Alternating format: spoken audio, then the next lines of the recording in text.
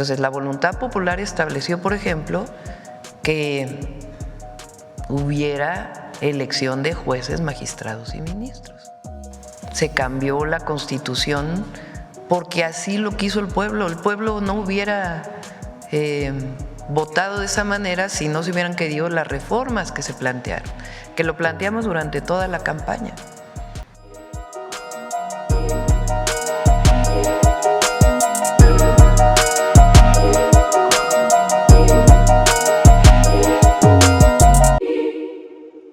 Gentiles amigos de Mirada Profunda, este espacio de periodismo sin compromisos, bienvenidos.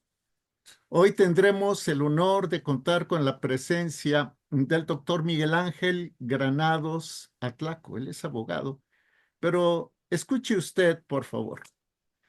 El doctor Granados Atlaco cuenta con 4 licenciaturas por la Universidad Nacional Autónoma de México. Me voy a permitir leer parte de su currículum. Licenciado en Derecho por la Facultad de Derecho, titulado con mención honorífica. Licenciado en Lengua y Literaturas Hispánicas por la Facultad de Filosofía y Letras. Licenciado en Ciencias Políticas y Administración Pública por la Facultad de Ciencias Políticas y Sociales, titulado con mención honorífica, y obtuvo en esta carrera la medalla Gavino Barreda con promedio de 10. Concluyó la carrera de filosofía en la Facultad de Filosofía y Letras, obteniendo de nueva cuenta la medalla Gavino Barreda. El doctor Miguel Ángel Granados Atlaco estudió la especialidad en Ciencias Penales con maestría y doctorado en la División de Estudios de Posgrado de la Facultad de Derecho de la Universidad Nacional Autónoma de México. Obtuvo los grados con mención honorífica. El currículum del doctor es muy amplio, pero bueno, por razones de tiempo lo abreviamos y le damos la bienvenida de manera muy cordial. Qué placer, doctor. No, el gusto es mío, don Jorge. La verdad es que es un espacio maravilloso el que usted nos ofrece para platicar sobre un tema tan relevante como esto que trae ahorita en el ajo a toda la sociedad. Muchas gracias por la invitación. Al contrario, doctor. La presidenta Claudia Sheinbaum declaró la mañana de este martes que la elección de jueces, magistrados y ministros va. Estoy citando de manera textual. Dijo, ya es una reforma constitucional. Ayer se envió la iniciativa de leyes secundarias para clarificar la reforma para que el sistema electoral tenga los elementos suficientes para llevar a cabo la elección. O sea, ya la reforma se pasa también al ámbito electoral. Doctor, la reforma judicial recientemente aprobada dará efectivamente independencia al Poder Judicial y erradicará, lo repito, efectivamente la corrupción en el Poder Judicial. Yo me atrevo a generar un no rotundo a la pregunta y voy a sostener lo que estoy manifestando. Efectivamente, tenemos que hacer un acto de revisión profunda de las formas en que se ejerce el poder público. Lamentablemente, bueno, hay una serie de conceptos que no es tan claro cómo se manejan a nivel cultural y sobre todo a nivel coloquial. Realmente el poder es uno solo, el poder público es uno solo. La propia Constitución, el artículo 49, dice, el poder público se divide para su ejercicio, el supremo poder de la federación se divide para su ejercicio en legislativo, ejecutivo y judicial, en ese orden. Pero además, fíjese, don Jorge, esta mención nos tiene que hablar de que existe una condición compacta del poder en el Estado mexicano. Como consecuencia lógica, pues no se trata de que pensemos en una reforma que solamente está focalizada a una de las funciones del poder público, que es la función judicial, y una de las tareas más delicadas que puede haber en el ámbito del poder público, porque es casi nada, ¿no? Impartir justicia. Entonces, para mí, una reforma de esta naturaleza solamente está viendo una de las hojas del gigantesco bosque, que es este poder público. Porque una reforma auténtica que fuera enfocada a atacar temas como la corrupción, temas como la ineficacia en el servicio público, temas como el nepotismo, tendrá que ser integral. Es decir, tenemos graves situaciones en la función judicial, pero también las hay en la función ejecutiva, también en la función legislativa. Pero esto se agrava cuando damos pasos hacia atrás. Y de por sí una reforma criticable como la que propuso en su momento Zedillo, siendo presidente de la República, que fraguó entre 94 y 95, que generó un vacío de poder terrible porque desapareció de golpe y plumazo a la Corte. Y recuerdo que en aquel tiempo mi maestro, el doctor Burgoa, pues así con gran escándalo, decía, ¿cómo es posible que esto suceda? Y varios juristas de la época se pronunciaron diciendo, están desapareciendo prácticamente uno de los poderes. Bueno, pues esto está más grave todavía. ¿Y por qué razón? Porque precisamente si se supone que lo que tenemos es identificado una enfermedad, don Jorge, estamos de acuerdo en que si a mí me identifican vamos a pensar, una afectación a nivel gástrico, pues en lo último que tenemos que pensar es en que a mí me suministre algo que tenga que ver con alguna de mis articulaciones, o sea, no tiene nada que ver.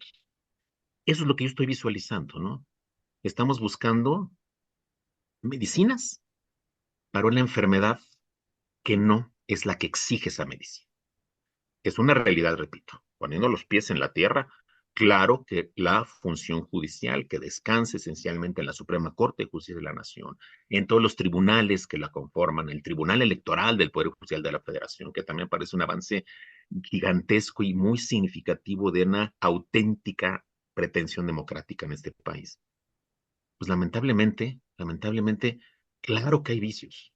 Yo tuve oportunidad de trabajar en la Corte, don Jorge. En una época fui asesor de la ministra Margarita Luna, que me parece una excelente mujer y muy trabajadora. Pero lamentablemente también todos ellos, de alguna forma, están limitados en ese espectro de lo que es la posibilidad de un trabajo, eh, digamos, ajeno a interferencias, ¿no? Entonces, claro que esto es un tema. Debemos erradicar nepotismo, la corrupción, el hecho de que cómo se filtran entre los jueces, los magistrados, la propia corte, ¿no? Los personajes nefastos que no permiten que este desideratum elevadísimo, que es la de impartir justicia, simplemente no se puede. Entonces, hay enfermedad, hay enfermos, pero no es la cura correcta, don Jorge.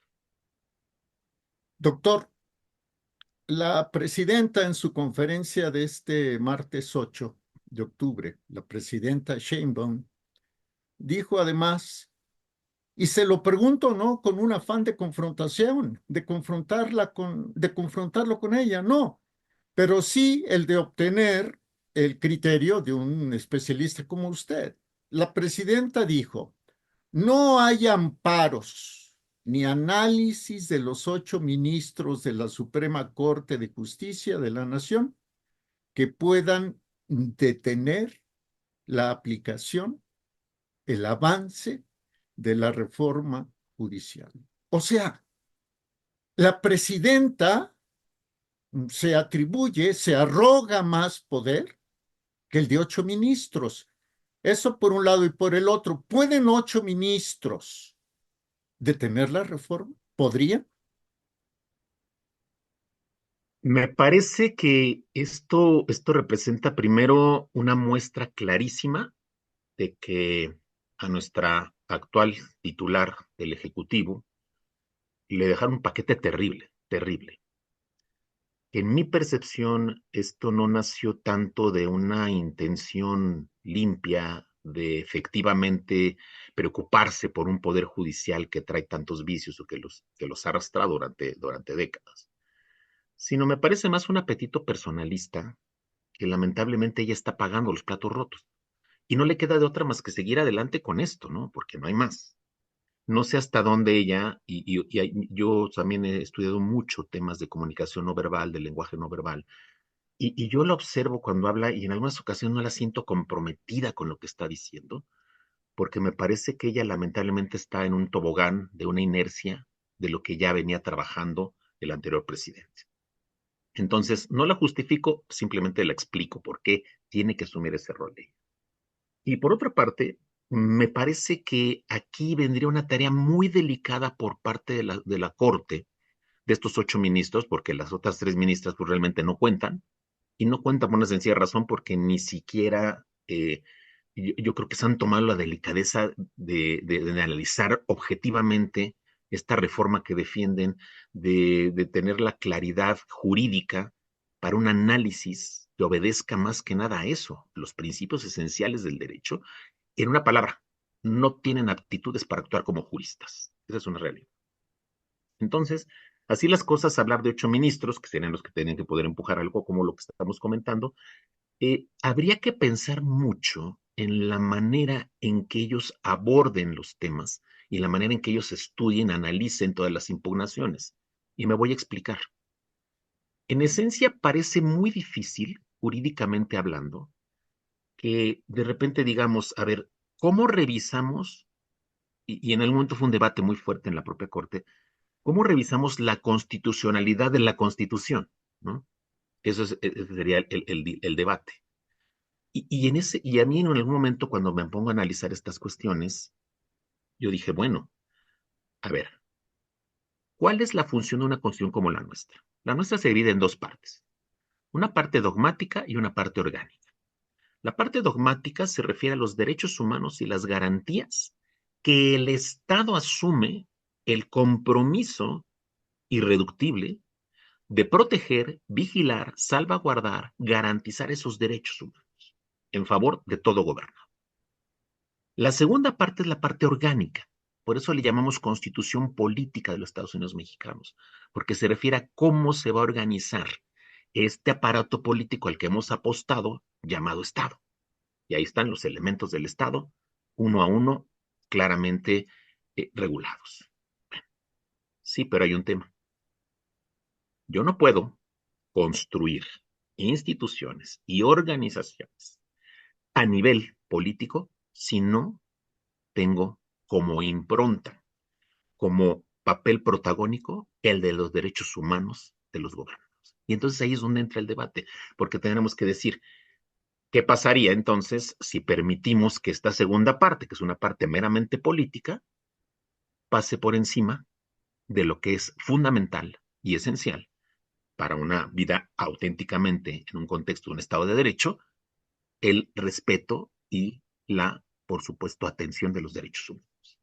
Y ahí es donde es donde yo encuentro la beta fundamental para decir, señores, a la hora que analizamos esto, va en contravención de la finalidad de tener todo un cuerpo jurídico, todo un cuerpo político, que es un poder judicial, que va a tener una de las tareas más elevadas, que es la de impartición de justicia. Basta leer la reforma para darse cuenta que hay una serie de cosas que no son congruentes con esto. Entonces, me parece que en la Corte tienen que estar muy atentos a una ponderación. Tenemos que generar una ponderación. ¿Qué es más valioso? ¿Los derechos humanos o la forma en que tú políticamente te estás organizando? Y definitivamente esa parte política debe quedar subordinada a esos derechos humanos, definitivamente, don Jorge. Doctor, por lo que usted nos explica, entonces, eh, entendemos que el objetivo de la reforma es literalmente mm, permitir que el Ejecutivo sea el poder, que el Ejecutivo absorba todo el poder público y que en realidad los otros poderes queden como meros membretes. Aparentemente es por donde va el tema, porque si usted analiza la reforma se va a dar cuenta de que sigue habiendo injerencia del Ejecutivo en algunos aspectos. que por otro lado, el otro grave problema que tenemos en este momento político es el hecho de que tenemos literalmente de rodillas a una función legislativa, a un Congreso, pues que bastará con que la señora hoy mande cualquier cantidad de propuestas y estas van a pasar por un filtro, digamos así, anodino, que es el tema de la oposición, de la escasa oposición que hay, que además habrá que decir también con sus letras, no solo escasas en cantidad, sino en calidad, ¿no? Entonces, esto también es parte del grave problema que estamos enfrentando, donde efectivamente, don Jorge, pareciera, digo, usted y yo somos del siglo pasado y sabemos perfectamente lo que fue vivir esos 70s, 80s con gobiernos priistas en los que el presidente de la República no era presidente, era un dios sexenal. Y entonces algo así estamos visualizando, regresar a estos aspectos en donde veo con mucha tristeza que fueron muchos años. Yo en mi faceta de especialista en materia electoral, le quiero decir que estaba yo pues realmente sorprendido de forma grata en cómo fue creciendo el ámbito electoral, cómo se fue buscando esa democratización, cómo fuimos avanzando hacia una democracia que en mi percepción nunca hemos llegado a tal. Pero hoy veo que damos un paso hacia atrás, damos paso hacia atrás de más de 30 años por lo que hace esta parte democrática y 50 años por lo que hace la forma de organización política. Un presidencialismo que se vea matizado a partir de que llegaron los panistas, sí, se fue matizando paulatinamente, se fue convirtiendo en un semipresidencialismo, pero hoy regresamos a un presidencialismo a ultranza a través precisamente de estas reformas y de estas modificaciones y de este subyugar a los otros poderes. Definitivamente, tiene usted toda la razón, se trata de buscar una condición suprema frente a las demás funciones del poder público, lo cual que va a permitir, ¿no? Que ese ejercicio del poder, pues lamentablemente no cuente con ninguna clase de contrapeso, que eso es a lo que aspiramos desde que Montesquieu esquematizó estas divisiones del poder público, desde que los grandes filósofos griegos hablaban de esa necesidad de no concentrar el poder, pues todo esto viene a darle al traste la nueva visión de política de este régimen. Tarde, pero me vino a la mente la palabra correcta, doctor. Monopolizar el poder. Me tardé en encontrarla, pero bueno, simplemente la dejo sobre el tapete de la discusión. Doctor, este lunes se enviaron una serie de reformas secundarias. Entre ellas, pues se destaca el hecho de que la reforma judicial subordine también al Tribunal Electoral del Poder Judicial de la Federación. O sea, no bastará con que el régimen controle a los candidatos y de los candidatos a jueces, a magistrados y ministros, no bastará que los proponga, sino que los controle.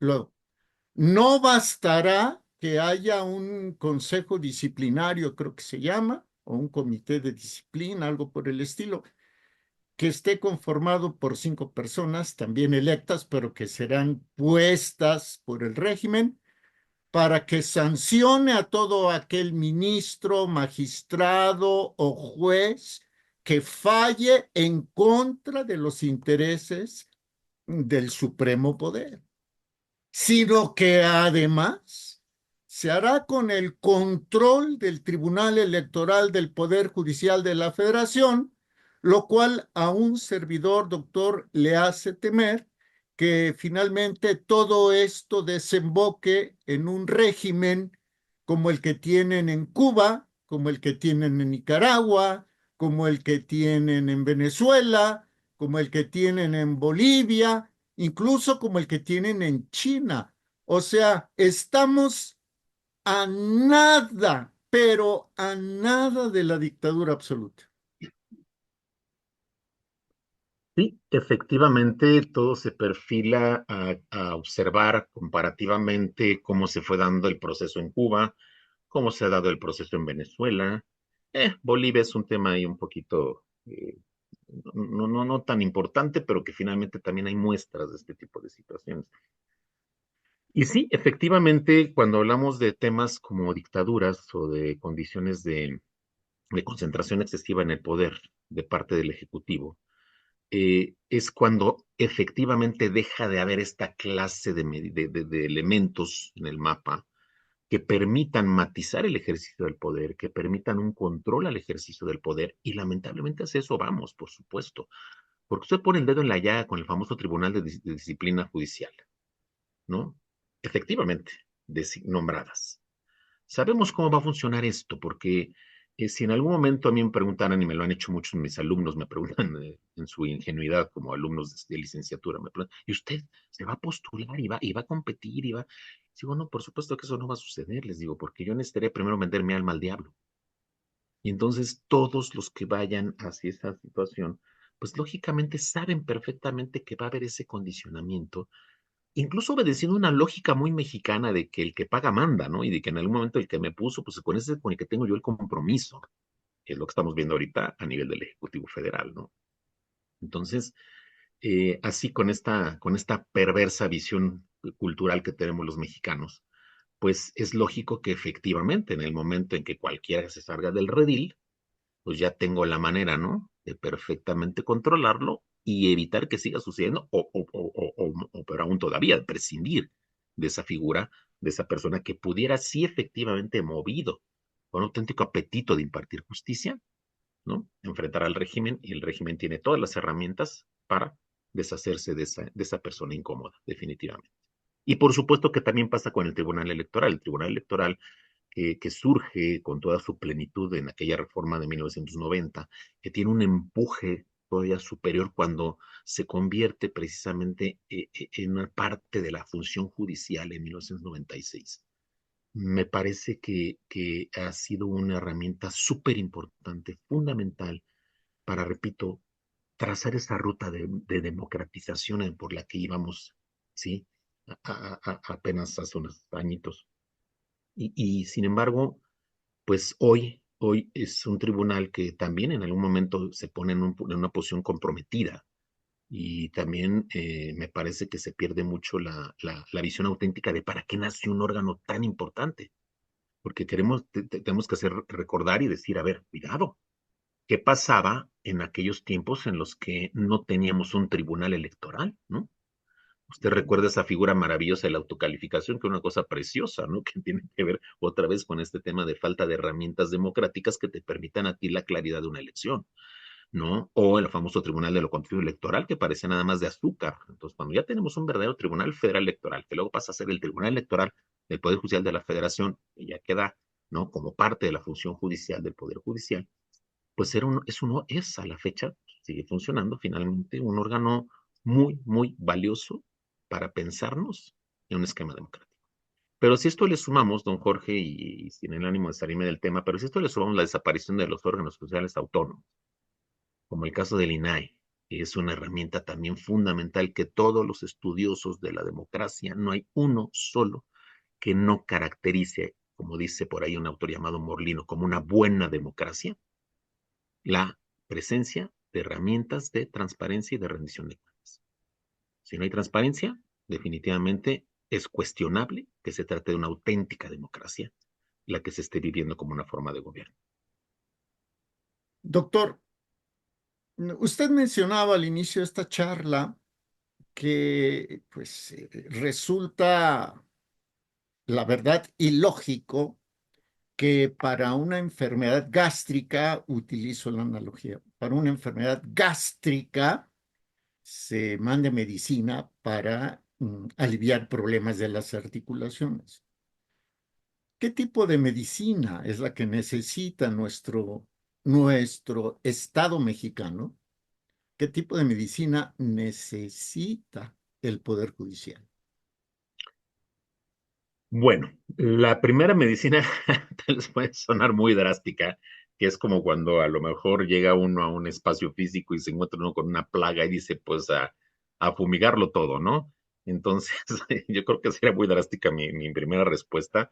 Sería, tendríamos que sanear todo lo que es la vida política de este país, en muchos sentidos. No hemos enseñado a nuestros hijos, o no se enseña a los niños a ser verdaderos integrantes de una sociedad con una conciencia cívica. Perdimos mucho en esa parte. Y como consecuencia lógica, esos niños que no crecieron aprendiendo sobre civismo y muchas otras cosas, pues ahora son los que están incorporándose a este aspecto de la vida política mexicana. Yo sé que a algunos periodistas les molesta esta expresión porque alguna vez tuve algún debate con esto, pero yo le llamo, sí, yo sí le llamo clase política. Y realmente la clase política pues está perdida completamente. Me parece que sigue habiendo un endiosamiento ahí, ¿no? Una suerte como de visión mesiánica acerca de lo que ya vivimos en el anterior gobierno, en el anterior periodo gubernamental, seguimos bajo el mismo esquema de gobierno. Y para sanear eso, pues es algo muy complejo. Sin embargo, sí podría haber mentes que tuvieran la chispa para decir, a ver, ¿qué es lo que realmente tenemos que hacer? Finalmente, a lo mejor con el afán de preservar el poder, ¿no? O sea, no es tanto la de ser buenas personas y pensar auténticamente una agenda social. Tal vez preservar el poder, porque finalmente también hay formas en las que se accede al poder, se puede conservar, mientras sí se trabaje, mientras sí se hagan cosas positivas para el pueblo, no nada más repartir dinero y no nada más callar a billetazos a la gente o andar acudiendo a meros programas sociales en los que ya no sabemos cómo vamos a cubrir ahora tantos compromisos económicos que están generando por esta área de los programas sociales. Entonces, para mí la gran reforma no es una reforma a la función judicial, es una reforma al poder público en todas sus esferas, ¿no? Al Ejecutivo adelgazarlo, que por supuesto que hay cualquier cantidad de duplicidades de funciones. Al Legislativo también adelgazarlo, pero también profesionalizarlo. No necesitaremos una función judicial tan profesionalizada, don Jorge, si tuviéramos un buen legislador en el que venga y haga leyes adecuadas, leyes que sean acordes a los derechos humanos, que sean acordes a las necesidades sociales. Y entonces necesitamos un judicial también mucho más delgadito, no necesitamos que fuera tan grande. Si usted viera la cantidad de trabajo que hay por la vía de los amparos en tribunales colegiados, ¿no? Y amparos directos en tribunales colegiados, amparos directos en los juzgados de distrito, el simple hecho de por qué es recurrente este tema de las acciones de inconstitucionalidad, ¿no? Cuando claro que tienen que estar ahí como herramientas de medio de control constitucional, pero que también tiene que ser el plan B, o sea, el plan A es tengamos un buen legislativo que sepa legislar, que sea riguroso, que se exija a sí mismo hacer leyes que auténticamente no sean inconstitucionales, y luego un ejecutivo, ¿no? Que se construya a partir de servidores públicos profesionalizados y que a su vez también estén conscientes y sean congruentes con un orden jurídico y que no resuelvan de manera completamente discrecional muchas situaciones que terminan en amparos que se les ganan y otra vez, y entonces el problema que tiene el amparo del principio de relatividad, que en algún momento, pues solamente para el que va y se ampara, pero ya se cepilló a otros 15 gobernados que no tuvieron dinero para interponer un amparo, ese mismo mal funcionario, ¿no? Entonces, creo que es un problema muy grave el que estamos, que yo veo, que permea a todas las áreas de la función de las funciones del poder público. Yo le diría, necesitamos una cirugía mayor, por supuesto, y que esto me parece, repito, una manera solamente de evadir la verdadera necesidad. Sí necesitamos una reforma judicial, por supuesto, o sea, la gran conclusión sería, sí necesitamos una reforma judicial, no en los términos que está planteada, me opongo rotundamente a que sea el pueblo sabio, el que venga y decida quién va a impartir esa justicia. Cuando por el amor de Dios, o sea, realmente conocemos, en el medio jurídico, yo que me he desenvuelto, voy a cumplir 35 años de dar clase en la Facultad de Derecho este mismo mes. Y he conocido gente fabulosa, gente maravillosa, hombres y mujeres brillantísimos que conocen el derecho de lado a lado, pero que no tienen la más mínima aspiración en esos contextos porque no le venden su alma al diablo, ¿sí? No se entregan al poder político. Y eso es su primer defecto, ¿no? Entonces, si vamos hacia eso, necesitamos entonces pensar en gente que tenga los conocimientos jurídicos, no quienes se vendan con el poder. Y la forma y el voto, perdón, no es algo que funcione para efectos de una función judicial definitivamente. Necesitamos sí establecer procedimientos más rígidos, más estrictos, para que no llegue gente como las últimas ministras, por el amor de Dios, un país en donde, yo no sé si usted tenga referentes, pero en cualquier otro país, una ministra que tenga la mínima sospecha de que su tesis fue plagiada y de que hay evidencias contundentes de que así fue, ya no estaría en funciones o no llegaría una ministra que trae todo un antecedente increíble de ignorancia y desconocimiento de lo que es el derecho y que lo pone de manifiesto cada vez que puede, Y ¿no? que dice que no es experta en derecho. Además, además lo Claro, dice. ¿no? Y además, y escudarse en curvas de aprendizaje, pues bueno, la vida es un aprendizaje, entonces nadie se convierte en experto en nada, ¿no? Seguimos en una curva de aprendizaje toda la vida, entonces me parece muy absurdo realmente todo esto, pero lamentablemente vamos a hacer eso, don Jorge, ¿y sabe por qué? Porque en México no hay democracia, en México lo que vivimos es una oclocracia, ¿sí? Esa es la diferencia, no hay democracia, es una oclocracia. Y en términos de la oclocracia, pues lógicamente nunca van a acceder las personas que en algún momento no están condicionadas precisamente por esta manera de gobernar repartiendo dinero sin auténticamente resolver los problemas sociales, sin cuidar una auténtica agenda social, sino más una agenda electoral o electorera, diría yo, de lo que se está cuidando. Doctor, para quienes desconocemos el significado de oclocracia, La oclocracia es el gobierno no del pueblo, porque esa sería la democracia, sino el gobierno de las clases que, digamos, se encuentran en desventaja económicamente y que entonces oponen esa condición como mayorías al pueblo en general, ¿no? Es decir, se habla de un gobierno del lumpen, del proletariado, en términos marxistas, ¿no? Lo que será la oclocracia. Eso es lo que estamos viendo. dijo la presidenta la mañana de este martes 8 de octubre que el pueblo ya decidió. Usted nos explica que efectivamente nos lo acaba de decir, pues su explicación va en contra de lo que dijo la presidenta. Doctor, finalmente, en esta ocasión, si usted nos permite, lo conversaremos nuevamente.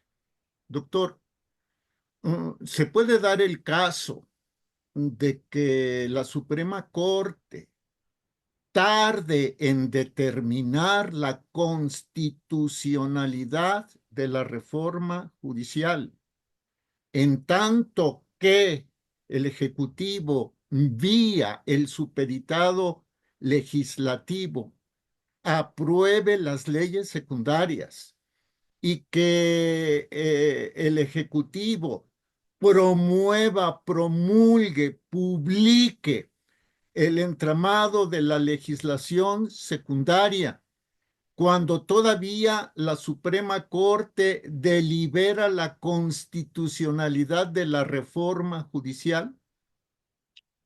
Y por supuesto que lo van a hacer, por supuesto que va a suceder, tan es así que por algo ya se recibió en el Congreso lo que serían los proyectos de para legislación secundaria, que ahí por supuesto también en un análisis que hacía yo de la reforma constitucional, pues realmente tiene cualquier cantidad de huecos y cualquier cantidad de cosas que nos llevan a un análisis de deprimente, vaya, de lo que podría ser ya la instrumentación de la supuesta reforma, ¿no? Mal hecha, por supuesto, incluso con base en las técnicas legislativas. Me parece que el propio proyecto en su momento tiene unas carencias gigantescas de esta parte, de la parte técnica, el manejo del lenguaje, que no es un lenguaje adecuado para tratar de ilustrar qué es lo que se está plasmando en esta reforma. Y por supuesto, reservar muchos temas a la legislación secundaria, que ahí me parece que incluso habría hay una intención ahí aviesa, decía mi abuelita, piensa mal y acertarás, ¿no? Y yo siempre cuando vi la reforma en primer término, la constitucional, dije, están dejando muchos temas intencionalmente para una legislación secundaria, que sabemos perfectamente que es mucho más fácil aprobarla, no requiere una mayoría calificada como la que se requiere para una reforma constitucional.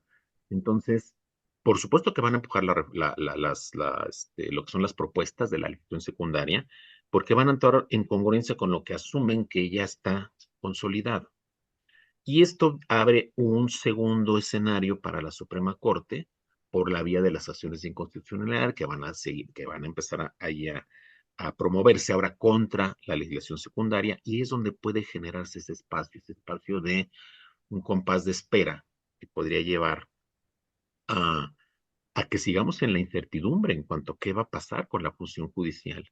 La presión que están ejerciendo también los trabajadores del Poder Judicial de la Federación no es algo menor. Entiendo yo, me he enterado de algunas fuentes que la pretensión es seguir y seguir hasta donde lleguen, hasta donde topen los trabajadores, porque pues lógicamente están siendo afectados de manera significativa. No, mire, don Jorge, no es nada más un trabajo, es años, años de verdad de ir profesionalizándose, de ir haciendo cosas importantes para la justicia en México. Hay de todo en la viña del Señor, por supuesto, así como hay gente extremadamente corrupta. Yo tengo el orgullo de conocer gente muy honesta, que no toca un peso, que hace su función, que trabaja, que no trabaja 8 horas, trabaja 10, 12, 14 horas, entregando su vida a la función judicial. Y esa es la gente que realmente hay que rescatar, la gente que merece esos espacios, la gente que le ha macheteado durante años para poder acceder a un espacio en donde ya se consoliden como estudiosos del derecho. Y eso es algo que lamentablemente pues hoy no se ve en el panorama de estas personas, ¿no? A mí alguna vez me preguntaban mis alumnos cuál sería para mí una realización profesional. Yo les decía, para mí, como jurista, como aspirante jurista, no me llamo yo jurista, eso espero que sea la apreciación de la gente, yo no me puedo autonombrar jurista, pero sí, como aspirante jurista, yo siempre he hecho, para mí el más alto honor que pueda haber es ser ministro de la Corte, es el más alto honor que puede tener un abogado. Y entonces por eso nos genera tanta indignación, que de repente lleguen personas completamente ignorantes del derecho, diletantes del derecho, diría yo, que esa es una expresión muy fuerte, ser diletantes, ¿no? O sea, se inventan, ¿no?, lo que no son, y duele como jurista, pero también como mexicano, como un amante de esta patria hermosa que lamentablemente no sigue dando para que todas estas personas pues estén en esa inercia de destrucción de lo que fuimos construyendo durante tantos años y que en algún momento criticaron, por supuesto, ¿no? Porque es lo que también habría que revisar, ¿no? Todo el antecedente político de muchas de estas personas que hoy son los protagonistas políticos y que hace 40 años, ojalá fueran esos que eran hace 40, hace 30 años, los que están ahorita gobernando. Porque como críticos del poder, como críticos de las funciones del poder público, pues creo que eran mucho mejores que como gobernantes definitivamente. Totalmente. Finalmente, doctor, ahora sí, finalmente, escuchándolo, reflexionando en sus palabras, su servidor, el servidor de ustedes, de pronto visualizó otro escenario, un escenario todavía más avanzado, un escenario basado en una inferencia lógica. El escenario en el cual a partir de junio de 2025 se elija una parte de los impartidores de justicia y venga después la otra elección y que de pronto tengamos a un poder monopólico, el Ejecutivo, con un poder legislativo como el que vimos el 1 de octubre, donde los legisladores, senadores, diputados dejaron a un lado su calidad de representantes populares, los diputados, o de representantes del Pacto Federal, y tomaban fotos y hacían porras como si fueran simplemente miembros de un movimiento mucho mayor a lo que es el Senado o la Cámara de Diputados. Y por el otro lado, un poder judicial paralelo, donde ese poder judicial paralelo pueda en un momento dado decidir sobre la libertad de los ministros legítimamente constituidos. No sé si la expresión sea correcta, doctor, no soy abogado, pero sobre la vida, la libertad, no sobre la vida directa, pero sí sobre la libertad, el honor y el derecho a la buena fama de los ministros legítimos. O sea, que, lo voy a decir con todas sus letras, que el falso poder judicial pueda perseguir y encarcelar a los integrantes del verdadero poder judicial. Me temo eso, doctor. Pues algo así obedecería a una de las reflexiones que usted hacía relativas a visualizar ya casi de frente una situación dictatorial, porque es una característica de las dictaduras este tema. Entonces, mi apreciación es que la Corte tiene ante sí precisamente una encrucijada, un dilema muy grande, Si usted lee la reforma, por ahí hay un artículo transitorio que habla de que si alguno de los ministros de la Corte que ahorita están en funciones, ahí como poniéndole la zanahoria, ¿eh? Digo, hay detalles que la gente no ha leído de la reforma. Ahí dice, en algún artículo transitorio, dice que si alguno de los ministros en funciones ahorita decide renunciar, va a tener derecho a su haber de retiro. Pero que si no lo hace, que se olvide, que se olvide de cualquier haber de retiro. Por ejemplo, o sea, ese es un tema en el que yo digo, habrá que aplaudir la valentía de estos ministros y de las ministras que están en sintonía con el defender el Estado de Derecho, porque de eso se trata, defender el Estado de Derecho. Pero de que ahí está sobre ellos la espada de Damocles, está sobre ellos ese riesgo, es una realidad, por supuesto que sí. Porque en el momento en que se dé este apoderamiento, lo que usted decía con toda claridad, este monopolio del poder público, miren, estamos completamente expuestos, los 130 millones de mexicanos, a que hagan y deshagan con nosotros lo que se les dé la gana. Esa es una realidad. Estos 8 ministros, doctor, se supone que ya va a terminar, pero ahora sí ya voy a terminar. Estos 8 ministros tienen las herramientas jurídicas, permítame que me exprese así como el ego del derecho, Sí, sí. para preservar el Estado de Derecho en México. Tienen los elementos constitucionales y legales. Mientras ellos estén en funciones, sí. Mientras estén en funciones, mientras no se termine de fraguar una reforma que ya sabemos que trae cualquier cantidad de cosas y de vicios. Y repito, me parece que la clave está por la ruta de esa ponderación de derechos humanos, que es como yo comenzaba el análisis. Entonces, ahí lo que tienen que hacer ellos es agudizar su sentido jurídico, agudizar su capacidad jurídica para generar esta ponderación que sea lo que les permita a ellos blindarse incluso de alguna forma, pero que además esto, repito, no parece que sea suficiente, les soy honesto, ¿eh? No me parece que sea suficiente, pero por todo ese peso que va a haber de parte de las otras funciones del poder público, o sea, aliados el Ejecutivo y el Legislativo, el Judicial está realmente vulnerable al 100%. Entonces, por eso me parece que es muy valiente la posición que ellos tienen, me parece que tienen frente a ellos mucho trabajo, mucha reflexión y sobre todo poner en juego sus mejores herramientas jurídicas. Y lo que sí parece que el escenario no es alentador, no es nada alentador. Me parece que cuando la titular del Ejecutivo señala que la reforma está definiendo claramente su posición, ¿no? Va derechito, pasen por sobre quien tengan que pasar.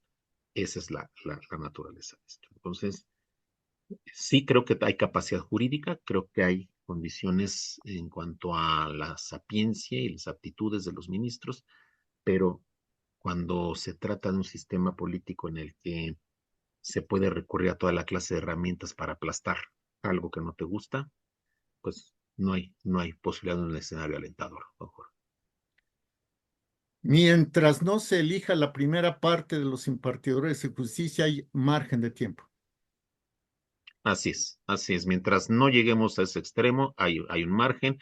Viene el tema de la legislación secundaria, que finalmente es la que va a regular ya a detalle, porque incluso precisamente cuando la reforma menciona la injerencia del Instituto Nacional Electoral y de esta construcción de listas y de candidaturas, que además es confuso en cuanto a cómo lo explica, parece que confunde los conceptos. em, Hay toda esta parte de cómo se va a proceder, ¿sí? Es parte también de lo que es impugnable, ¿no? Y es atacable. Entonces, eso puede ir obstaculizando también el que vaya progresando esto, ¿no? Pero repito, si ya hay declaraciones clarísimas y contundentes, enfocadas a que va a haber un empecinamiento en cuanto a que esto salga porque salga, pues me parece que incluso habrá hasta herramientas más allá, más allá de lo constitucional y de lo legal, que estarán más en el plano de lo político e incluso, lo voy a decir con sus letras, de lo que diríamos en términos muy coloquiales de la gandalle. Y entonces, pues, hasta donde tope, ¿no? Hasta donde tope. Doctor, muchas gracias. Qué, Hombre, un gusto estar con usted. qué intensa conversación, en verdad, muchísimas gracias y le pido que se repita pronto. Con todo gusto, será un placer y al contrario, quien se siente honrado de estar aquí es un servidor, don Jorge, un placer compartir con usted este espacio. Muchas gracias por la invitación y por supuesto que dispuestos siempre que sea posible a seguir conversando. Muy gentil. Gracias.